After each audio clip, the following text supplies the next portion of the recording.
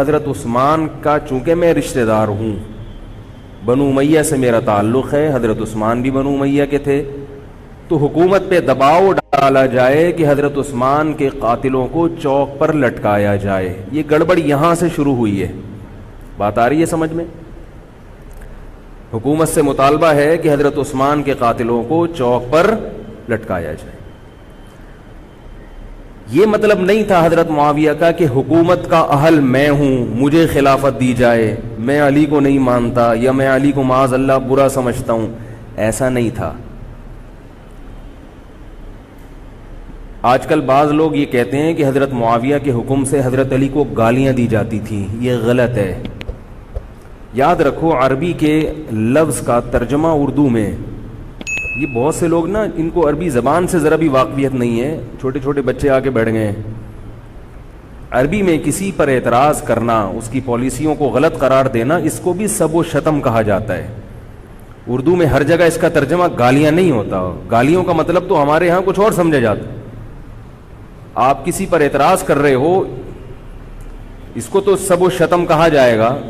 سب و شتم میں گالیاں بھی آتی ہیں، کسی کی پالیسیوں سے اختلاف کرنا، اس کی رائے پر رد کرنا، یہ بھی آتا ہے۔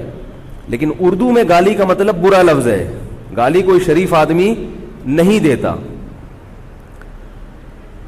خیر، میں یہ عرض کر رہا تھا کہ حضرت عثمان رضی اللہ تعالی عنہ کے قاتلوں سے قصاص کا دعا کریں، میں جلدی سے اس موضوع کو سمیٹ کے آج ختم کر دوں۔ حضرت عثمان کے قاتلوں سے قصاص لیا جائے۔ حضرت علی رضی اللہ تعالیٰ عنہ کا موقف یہ تھا کہ مدینہ میں حضرت عثمان کے قاتلوں کا جو ٹولہ ہے وہ اتنا مضبوط ہے کہ اگر میں نے ان سب کو پکڑ پکڑ کے لٹکانا شروع کر دیا تو مدینہ میں امن و امان کی صورتحال خراب ہو جائے گی۔ حکومت بھی دہشت گردی کے خلاف جب ایکشن لیتی ہے تو یہ سوچتی ہے نا کہ دہشت گردوں میں کتنی پاور ہے، تمیز سے، طریقے سے۔ اب یہ ایک اختلاف تھا جو بڑھنا شروع ہو گیا۔ اس اختلاف کے پیچھے نہ حکومت کی لالچ، نہ پیسے کی لالچ، نہ دولت، یہ سب الزامات ہیں اسلام دشمنوں کے جو انہوں نے صحابہ پر لگائے ہیں۔ نہ حضرت علی پر کوئی الزام لگایا جا سکتا ہے اس مسئلے میں، نہ حضرت معاویہ پر۔ رائے کا اختلاف ہے، رائے کا اختلاف۔ ابتدا میں حضرت معاویہ کے ساتھ بہت سارے صحابہ تھے، میں یہ تو نہیں کہہ رہا زیادہ، بہت سارے صحابہ، جن میں حضرت عائشہ رضی اللہ تعالی عنہا بھی تھی۔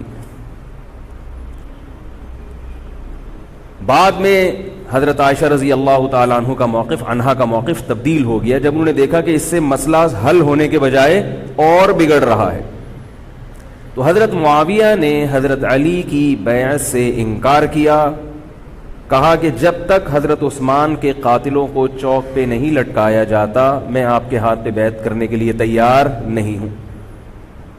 یہ حضرت معاویہ کی رائے تھی۔ حضرت علی کی رائے یہ تھی کہ میرے لیے یہ فی الحال ممکن نہیں ہے، لہذا، اور اس سے ہو کیا رہا ہے، حکومت دو حصوں میں ڈیوائیڈ ہو رہی ہے۔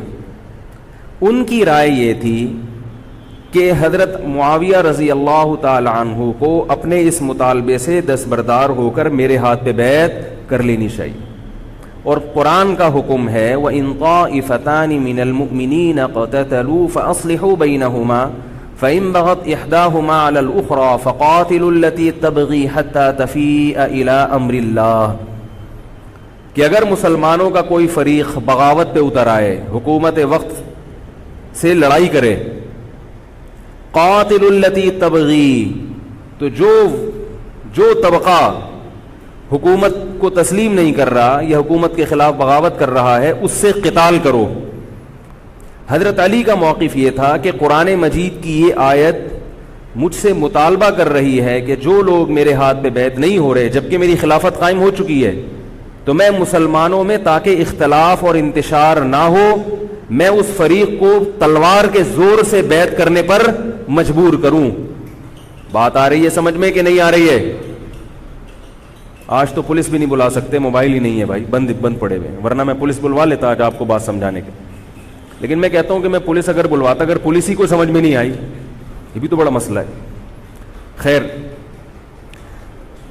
تو حضرت علی کا موقف یہ تھا، حضرت معاویہ کا موقف یہ تھا کہ حکومت کے خلاف بغاوت غلط ہے نا، جس کو حکومت مان لیا ہو، جب تک میں نے خلیفہ مانا ہی نہیں ہے تو میرا یہ عمل بغاوت نہیں کہلائے گا. یہ اختلاف رائے ہے، اور یہ اختلاف صحابہ میں بھی ہوا ہے، تابعین میں بھی ہوا ہے، ائمہ مجتہدین میں بھی ہوا ہے، اور آج تک ہوتا آ رہا ہے. اس قسم کے اختلافات مکمل ختم نہیں ہو سکتے. یہ صحابہ میں بھی ہوا ہے، قرآن و حدیث کو سمجھنے کا اختلاف کہا جاتا ہے اس کو. اور اس اختلاف کے بارے میں نبی صلی اللہ علیہ وسلم کی صحیح حدیث ہے، اذا اجتہد المجتہد فإن أصاب فله أجران وإن أخطأ فله أجر واحد.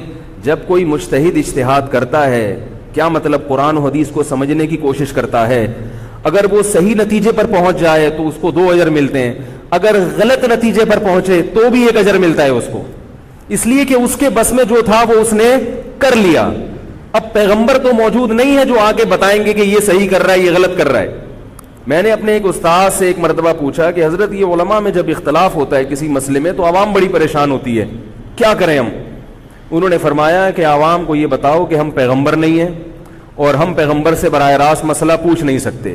ہمارے پاس جو قرآن و سنت ہے اور جو فقہائے کرام نے اس قرآن و سنت کی تشریح کی ہے، جو فقہ کی کتابیں ہیں، ہم اس میں دیکھتے ہیں. اب اس میں 2 علماء کی رائے میں اگر اختلاف ہو جائے تو اس اختلاف کو ختم کرنے کا ہمارے پاس کوئی راستہ نہیں ہے. نبی ہوتے تو ہم پوچھ لیتے، جب راستہ نہیں ہے تو بھائی اللہ کے نبی نے فرما دیا کہ جو تمہارے بس میں ہے وہ کر لو. اگر درست بات تک پہنچ گئے ڈبل اجر، نہیں پہنچے تو بھی اجر.